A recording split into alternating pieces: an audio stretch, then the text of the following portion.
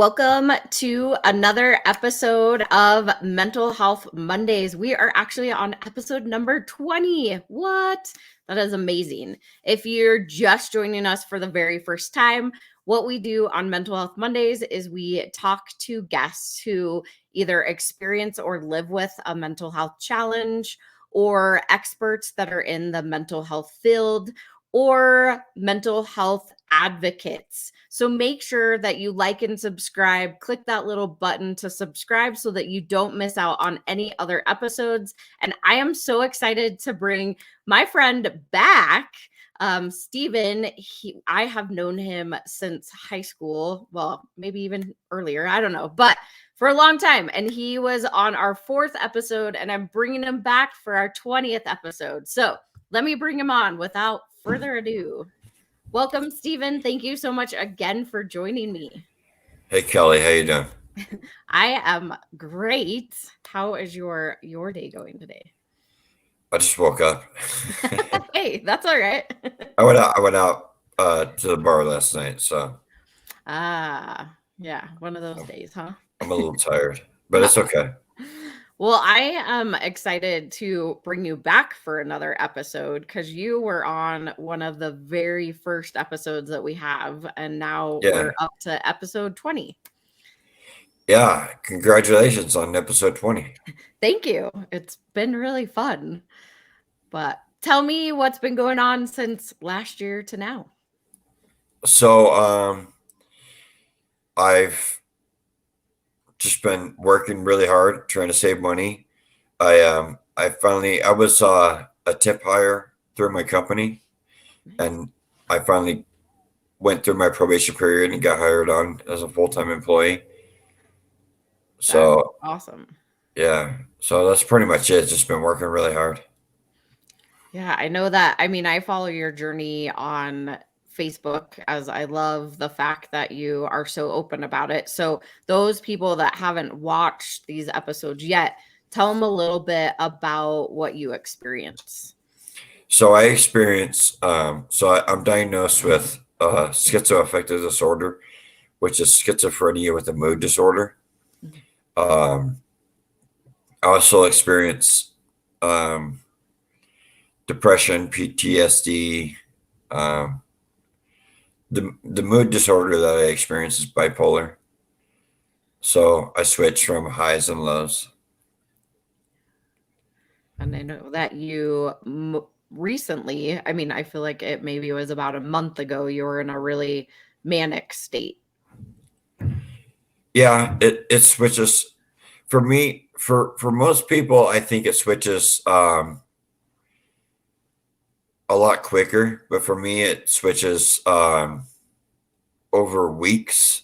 Mhm. So I can go a week being super depressed, or I can go a week being super manic and happy. But for the most part, it just swings back and forth. Yeah, and I know before we went live, we were talking about how, especially in Colorado, since we both live in Colorado, the seasons can really affect your mood.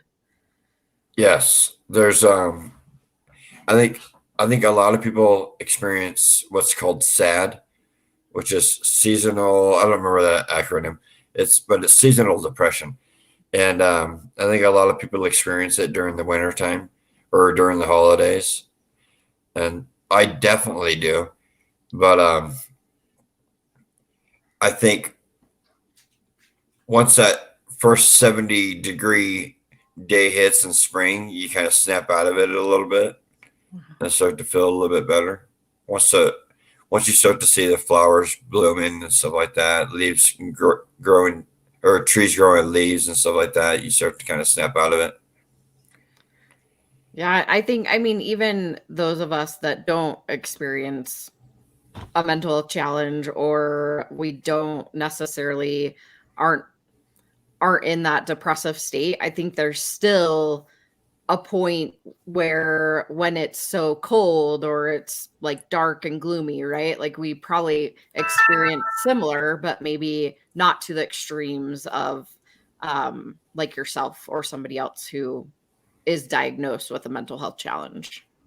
Yeah, I mean, I think it's pretty common, but no, I think that when you're diagnosed with like bipolar disorder and you're in a depressive state, I think it can get pretty extreme. Mm. I think it's like I said, everybody experiences it, or most people experience it. But when you deal with depression on top of seasonal depression, it just makes it 10 times worse. Yeah, it's really hard. I had um I had a hard time when I was depressed. Now I'm not depressed. Now I'm happy. But when I was depressed, had a hard time taking care of myself and cleaning and just doing basic chores. And so, and it got really bad. It got bad to the point to where I didn't know where to start to clean up after that. And what do you do? I mean, in those situations, do you kind of, I mean, you probably at this point, because you've lived with this for most of your life, at this point, is it one of those things that you're like, oh, I know what this is, I'm just gonna ride it through? Or is it something that you're just in it and you're not exactly sure when you're gonna come out? Yeah, absolutely. You're not really sure when you're going to come out. You just kind of you're in it. You just so I know that everything happens for a reason. I know everything's going to work out for the best, but so I just kind of write it out, and I know it will be okay. I just got to get through it. Mm. And then when you're, I mean, I know that because you like sent me messages and you're like, I'm in a really manic state, or I can watch kind of your like timeline on Facebook and see like these extremes because again, you're very aware of what's going on and you're vocal about it, which I really appreciate because not enough people talk about what they're experiencing. So I've been able to kind of watch how that plays out a little bit over the last year, which is always it makes me really curious because I haven't ever experienced like those highs and lows, right? But it's Yeah, really cool to be able to watch your journey as you go through it and have you express what is going on. yeah. I'm very aware. If you when you get a chance, Google the definition of metacognition. Metacognition. Okay. Yeah, so it's basically cognition of cognition. It's Ah, being aware of cognition, okay. or no, or thinking that you are thinking. Gotcha. It's a strange word, but of course I'm self-aware, and that's what metacognition really comes down to, is that you're self-aware and you just know uh, when you just know when you're going through something and you're aware of it. Now, I gotta admit, when I first started uh, experiencing my challenges, I wasn't aware, I wasn't sure, I didn't know what was going on, but it's been like 20 years, so now I'm really aware of where I'm at and stuff like that. Yeah, I would imagine that it would be kind of scary at first when you start experiencing these things because you're not exactly sure what's going on. So Right. Yeah. that, But eventually you get onto the right, uh, you meet with the right doctor, you meet with the right therapist, you get on the right meds, and those symptoms start to diminish substantially. So it takes time. But when you first start to experience your mental health challenges, um, it can be scary and lonely, and you feel like you're never going to get through it. But if you just stick through it and give it time and stick to your meds, um, you're going to always experience with you're going to always you're always going to try new meds until they find the one that works for you. And once you find that one that works for you, where you're not having, it's not going to get rid of all your symptoms, but it's going to drastically decrease them to where your life is manageable. And once you get to that state, stay on your meds and um, just go from there. Yeah, I think that was one thing that we didn't talk about last time when you were on, was how important it is to make sure that once you get that like perfect cocktail, Yeah. making sure that you do stay on that medication, even if you're like, wow, I feel amazing, because that's ultimately what it's supposed to be doing. But Right. Right. a lot of people tend to get to the place of, oh, I'm fine, like I'm fine, and then they go off, and then it reverts back to where they were prior. Right. Exactly. And I've done that numerous times in my life. I've lost close friends because of it. Because like I'll get to the point to where I'm like, these meds aren't even doing anything. I'm not feeling anything. And that's the thing about psych meds. A lot of people will try to, there's some people that will try to like take a psych med to get like an effect or something like that, but they don't do that. That you don't feel anything on psych meds except for you might feel groggy or something like that. But when you're on the right cocktail, you're gonna feel that you don't need the medication anymore, and that you're good. You know what I mean?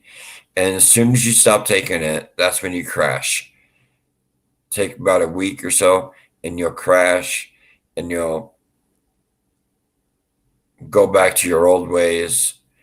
And like I said, I've lost a lot of people because of that. And so it's really important that I stay on my meds regularly. So Yeah, one thing that I always like to talk about too is, especially if you're advocating for a youth or just even advocating for yourself, it's also important to make sure that you advocate. If when on a medication it doesn't feel right, then advocate to get on something else, right? So yeah, understanding that dynamic too, I think, is really important. yeah, absolutely. Um, when it comes down to it, it's your body, it's your mind. So if it's not working for you in any way, you just got to be really open with your doctor and just tell them what you're experiencing and why you don't like it or whatever. And there's so many different options out there as far when it comes to medications. And so um, I've been on some medications that made me a lot worse. Um, right now, I take Latuda, which I think helps out a lot. But I've been on what's it called, Seroquel or something like that. I don't know. I'm not I don't sure. know the name of it, but it's like Sarah something. But I was on that, and I got really dark. It was a bad experience. I didn't like it one bit. And my therapist actually called my doctor. When I was in the program. My therapist called the doctor and said, "Hey, whatever he's on, take him off of it. Put him back what he was on, which is Latuda."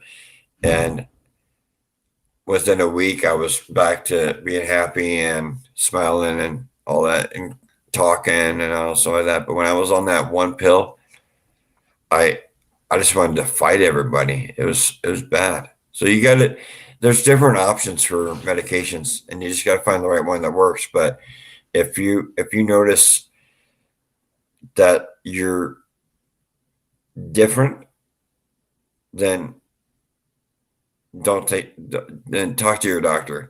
Don't stay on that pill. Yeah, I know there was a point in my life that there have been a couple points in my life that I've gotten on antidepressants, but Yeah, uh yeah, I got on one that was similar to what my mom and my sisters were taking.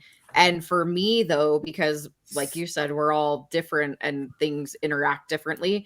For me, I got like I felt like I had vertigo, and it was a bad feeling. And I was like, this is not right. Like, even though the rest of my family is on it, like this one's not right for me. So yeah, you have to make sure that you're advocating. And I love that your therapist was like, get him off of this. Like, we've got to put him back on. So that's awesome that you had somebody on your side too. Yeah. See, in that program, I saw my therapist saw me every day. So she knew she could easily see a change in mood and saw it right away and was like, no. So because um so it was prescribed by a primary nurse, I think. Primary practitioner or something like that. I can't think of the word, but she's not an actual psychologist or psychiatrist or whatever. She was just a nurse, and she was just pushing that pill on everybody. They put it on me. They put me on it, and I was like, no way, that's bad. And then recently, the last time I was in the hospital,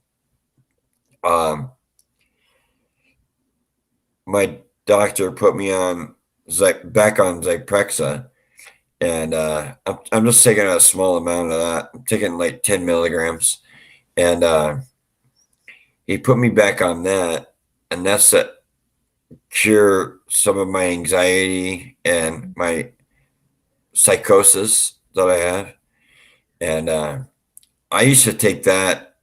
I used to take that when I went through my divorce 20 years ago.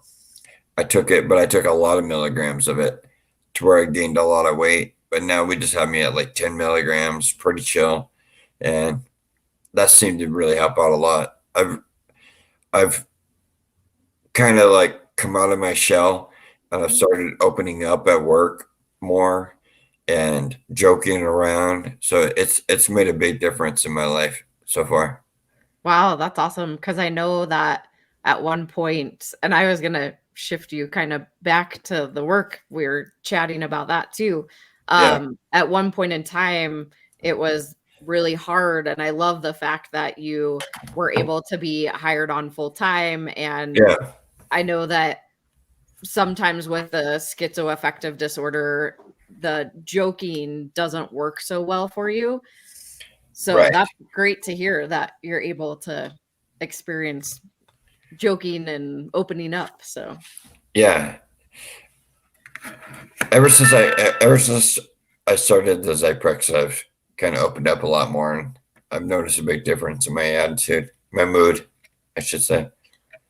That's great.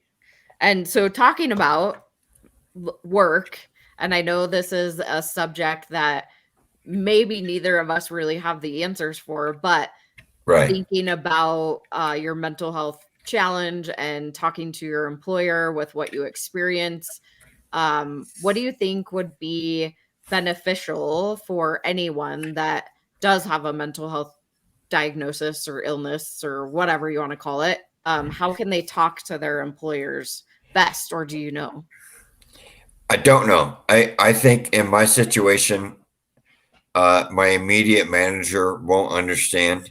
I think he'll kind of judge me for it.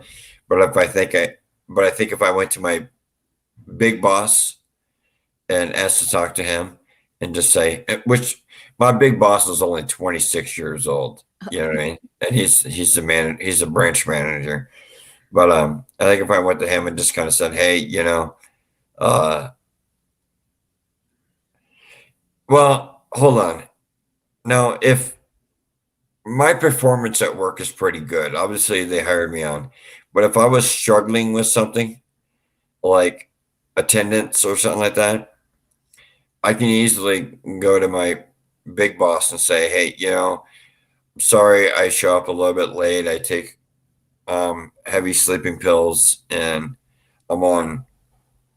Would you call it narcotics? Would you say that you're on narcotics?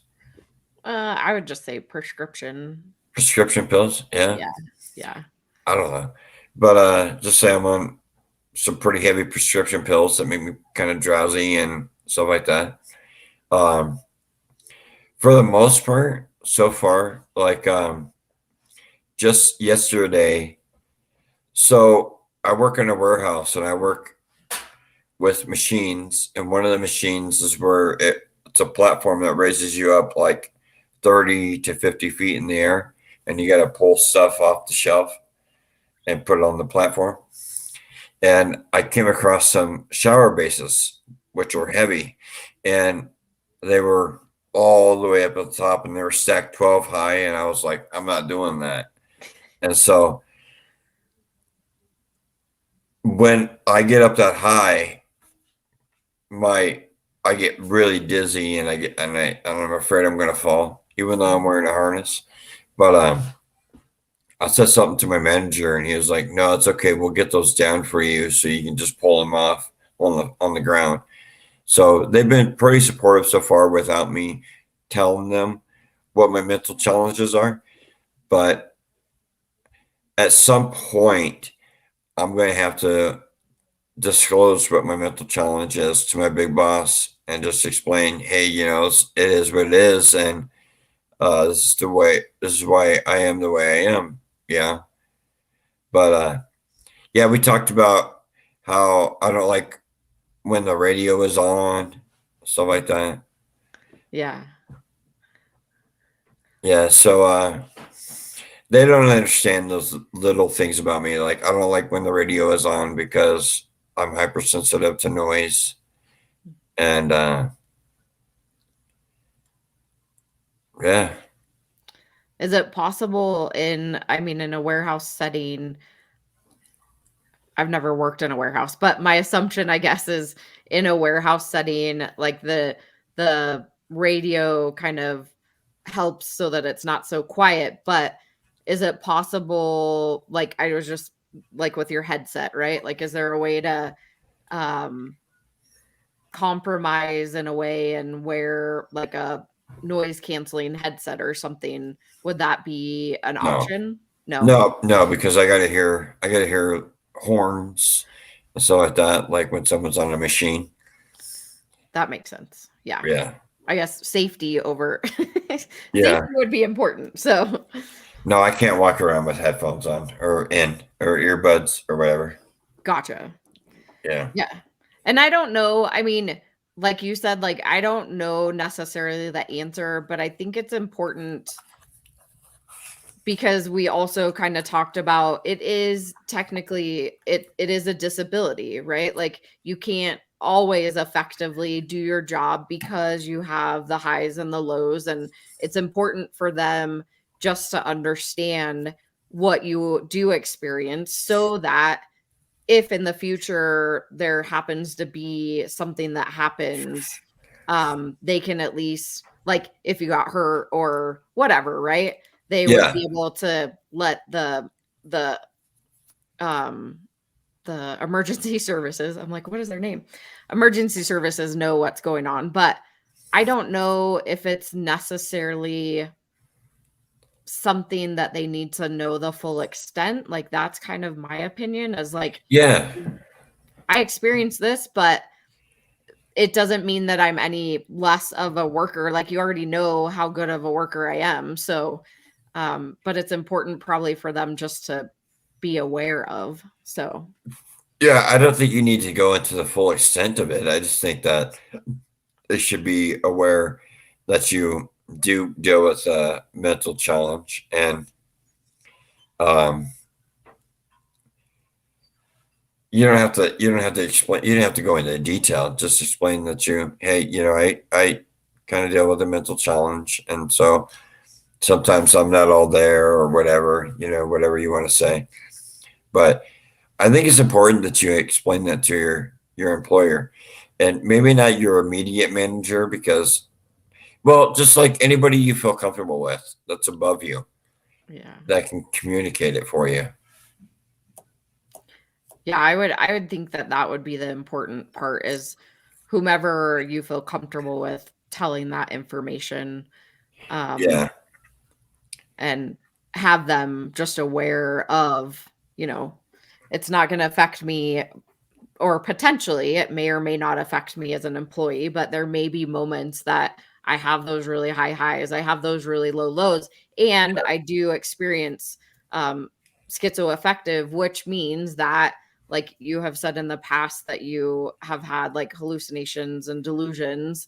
So making them aware that that's always a potential. And I know the last time I interviewed you, we talked about the difference in calling you Steven versus Steve, because in high school we all called you Steve, and now you go by Steven due to it in your brain, you recognize your name better Yes. as Steven. So Yeah, because Steve sounds like me or D. My boss's name is Dennis, so everybody calls him D, and I'm like, yeah, yeah.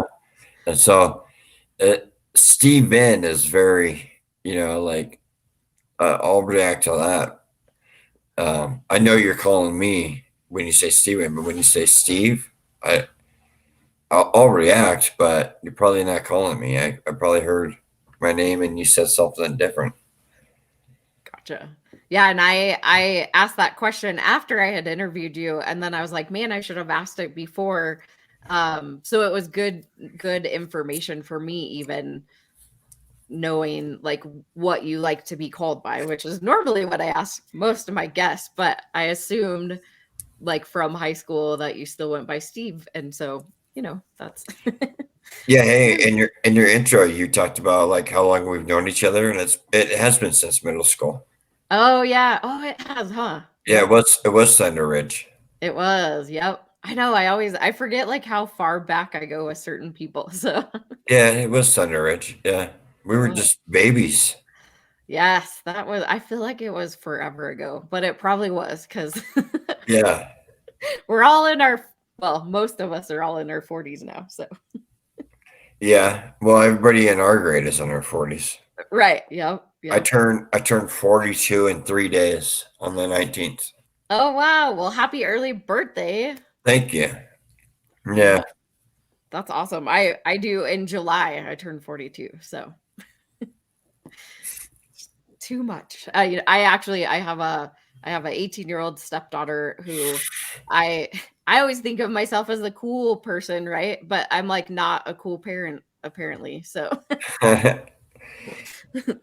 like I'm getting old. That's okay. yeah. I never thought when 30 came around that was a big deal because I don't think my mom ever thought I'd make it to 30, and now I'm hitting 42, and my mom's just like, okay, he's Right. he's doing it somehow. But That's awesome. I think with I think what's really we talked about this last time in the interview about addiction with mental illness, and that's a very big issue that needs to be talked about and addressed. But I'm not perfect. I drink, you know what I mean? I have addiction, but we also talked about like homelessness, and I think a lot of the homeless are mentally unstable and they have addiction issues and stuff like that. But with my addiction issue, my liver's going bad. Mhm. You know, I don't think I'll make it to 50, but we'll see. I made it to 42. So Yeah, you never know. You may get to 70, 80, 90. my dad's in his 70s and Mm, he drinks. So, but he doesn't take um, medications. You know what I mean? gotcha. So I think you're not supposed to drink when you take medications, psych meds. Yeah, that is one of those, I mean, the side effects that they talk about on, well, any real prescription has a whole bunch of side effects, but I think that's an important subject, is talking about mental health challenges. And it's really like substance abuse specifically is a coping mechanism. It's something that, like you were talking about when you experienced homelessness, is that a lot of homeless drink because it's a coping mechanism for Right. not having a home and or potentially their mental health challenge. And so sometimes you can learn other ways to cope that are much more healthy for you. But Right. I know that, I mean, again, it is all based off of the individual. And it's not anything, at least for me, like I'm not going to judge you whether you do or don't. Like, of course, I understand the side effects and I understand the repercussions, which you also do, but it is up to that person and what they choose. And I think the important thing is not being judgmental around that type of thing. So, Yeah. and it can be really hard because I think that as humans, we go to a fix it place. Like we want to fix people, which is not always a great thing to try to do. But putting your opinion or advice out to somebody is not helpful. At least I don't feel like it is. So No, I agree with that. I also know, and it's totally up to you, but I know that you had a poem that you wrote a long time ago. Is that something you want to share? Oh man. Let me see if I can move the screen out of the way. Okay. I can't move the screen. Oh, I wonder if I have it on my phone. Oh, I can do this.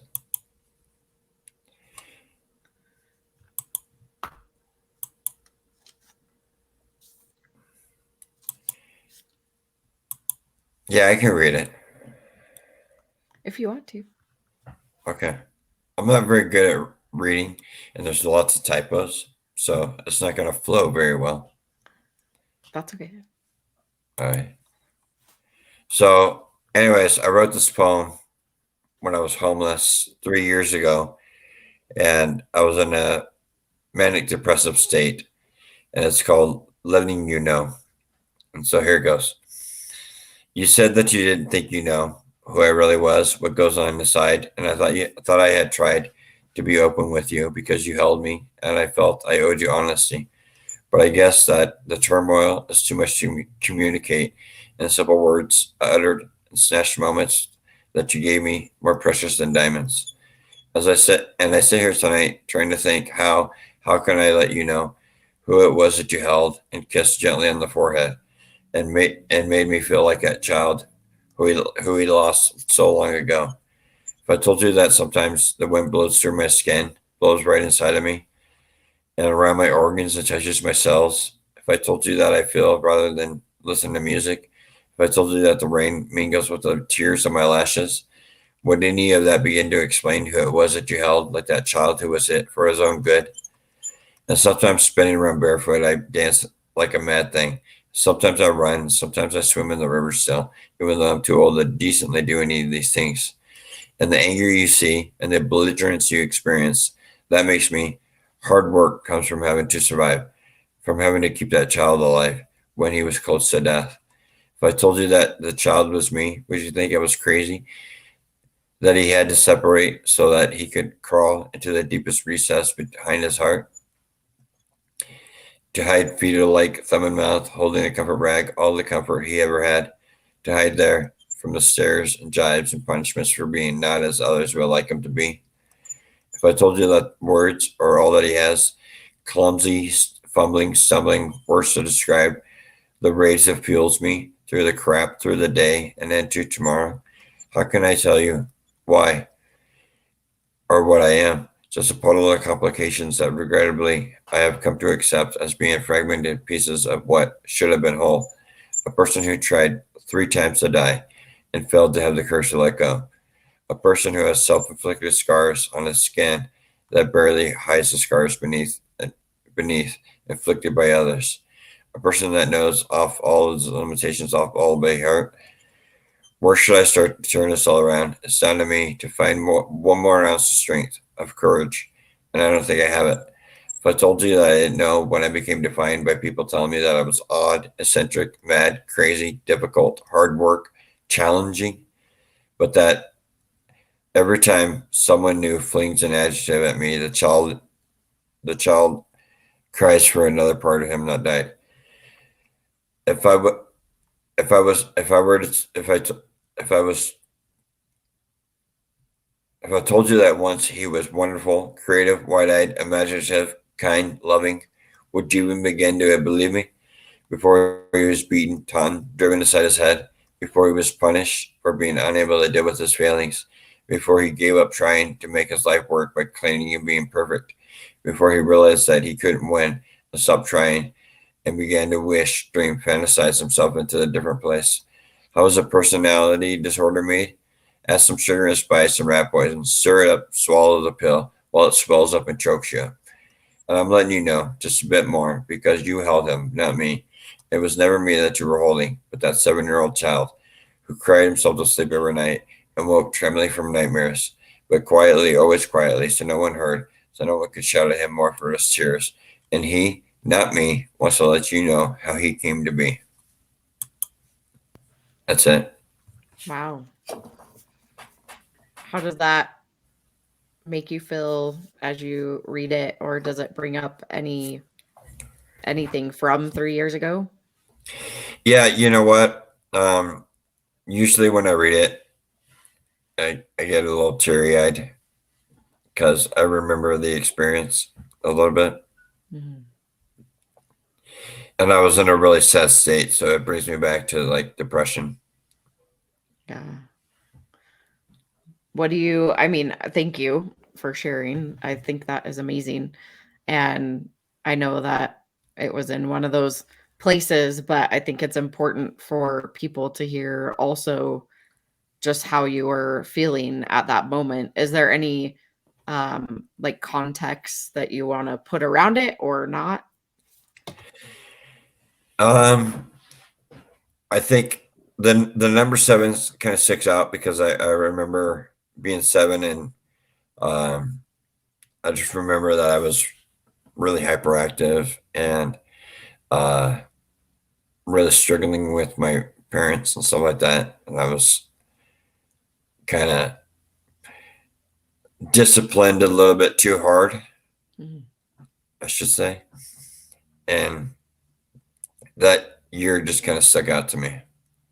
Mm. Is that, I know that last time when we talked a little bit about getting on Ritalin and that it Right. wasn't the right medic prescription. Was that around that time also? Yeah, I was on Ritalin at that time. Mm.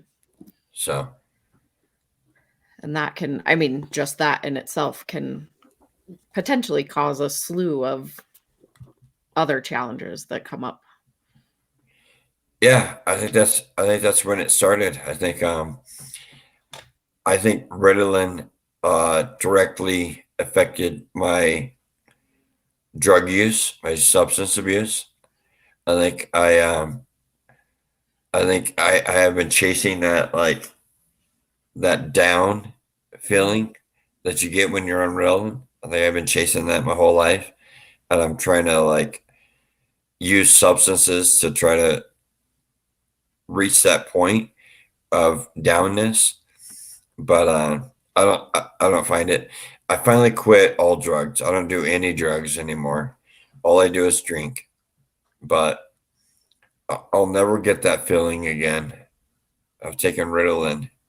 And even though I hated Ritalin, I still crave that down that I got when I was on it, or Mm. or coming down from it. Yeah, I'm not not that we're like saying that prescription medication is bad by any means. We're not like giving opinions towards them at all, but I think that what the importance of what you said is that at 7 years old, at least for me, and this is my personal opinion, but at 7 years old, a kid is a kid, right? Like they Right. should have energy, especially boys. I have a 6-year-old. I understand how much energy he has that I don't have, right? Like, but that is naturally being young. Like you have this energy about you, and it's finding the avenues that are helpful, like playing outside more often or getting the energy out however you can, instead of putting them on some type of prescription. And the thing that I understand is that most medication is designed for adults.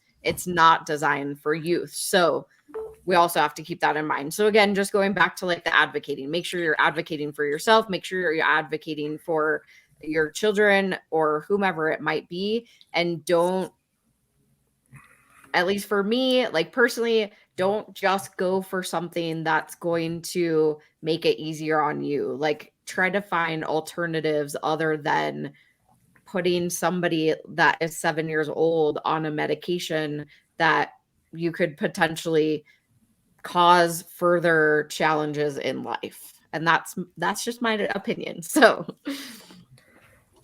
Yeah, it's a good opinion. And I agree with it.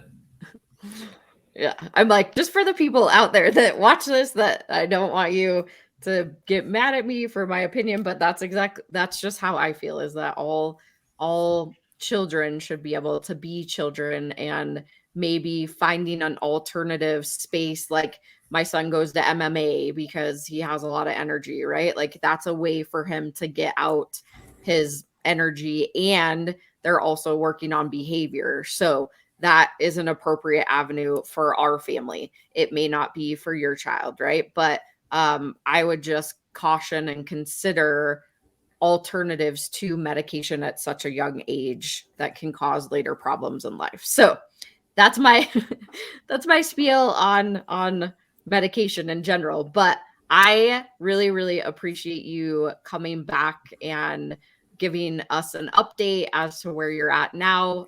Congratulations on becoming full-time at your job. That is so amazing.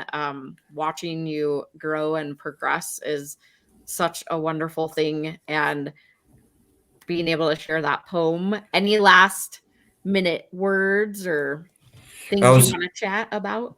I was just gonna say, like 3 years ago I was homeless, and now here I am, got my own place, working full time. Just got hired on by my company. I'm investing in the stocks.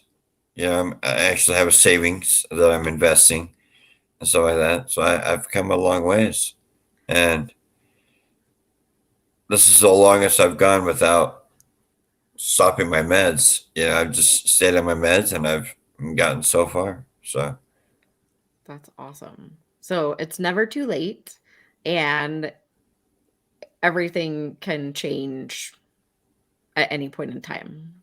yeah, Awesome. Well, Steven, I really, really appreciate you coming back on here, and we'll have to like schedule again, maybe in the future, and just keep updated with what's going on and how it's going with you. But thank you so much again for joining me. absolutely. Thank you for having me. Yeah. All right, y'all. That was another episode of Mental Health Mondays, where we talk to guests who experience or live with a mental health challenge, mental health advocates, or professionals in the mental health space. We do this every single Monday at 11 a.m. Mountain Standard Time. So make sure that you smash that button to like, subscribe, share, tell all your friends, and join us for every Monday, Mental Health Mondays, but we can't do it without your help. So, BCC Evolution is a nonprofit organization. We are all based on mental health and suicide awareness education. So we need your support by becoming a warrior for mental health. And you get this cool shirt. I know I do this every time, but you get this cool shirt, and you get to show the world that you are a warrior for mental health, also with only a $20 donation per month to BCC. So make sure you click the link and sign up today to become a warrior for mental health. And all of your funds go towards our mental health education and our Be Kind to Your Mind care packages. So again, make sure you like, subscribe, share, tell all your friends, and join us back here next Monday for another episode and a new guest. Bye, y'all.